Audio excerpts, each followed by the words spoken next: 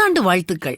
வருஷ தொடக்கத்துல நாம எல்லாருமே கொஞ்சம் நேரத்தை ஒதுக்கி இந்த வருஷம் நாம ஏதாவது ஒன்ன நல்லதா புதுசா செய்யலாம்னு யோசிக்கிறது நல்லது. தி ஹிந்து நியூஸ் பேப்பர்ல சில சின்ன பிள்ளைங்க கிட்ட நீங்க இந்த வருஷம் என்னது புதுசா செய்ய முடிவெடுத்திருக்கீங்கன்னு பேட்டி எடுத்தாங்க. அதுக்கு ஒரு பொண்ணு சொல்லியிருக்கா, எனக்கு நாய்கள்னா ரொம்ப பிடிக்கும்.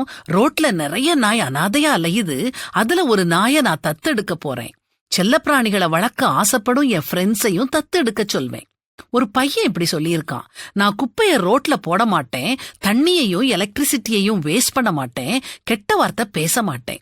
இன்னொரு பொண்ணு சொல்லியிருக்கா, ஒவ்வொரு மாசமும் ஒரு மரத்தை நான் நடுவேன், அதை தண்ணி ஊத்தி பராமரிப்பேன். இத வாசிச்ச உடனே எனக்கு ரொம்ப சந்தோஷமா இருந்துச்சு. நாமும் இப்படி ஏதாவது ஒரு தீர்மானத்தை எடுக்கணும். நாமும் எத்தனையோ வருஷங்களை பார்த்துட்டோம்.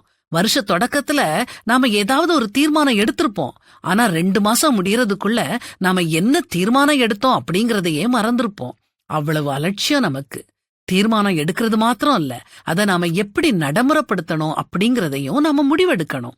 அனாதையா அலையிற நாய்களை போல எத்தனையோ பேர் வீடுகள் இருந்தும் சொந்தங்கள் இருந்தும் அனாதைகளா தத்தளிச்சுக்கிட்டு இருக்காங்க.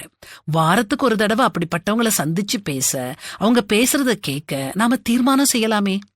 ஆதரவற்ற பெரியவங்க, குழந்தைங்க எத்தனை பேர் இருக்காங்க. அவங்களுக்கு நம்மளால முடிகிற அளவு ஏதாவது உதவி செய்யலாமே.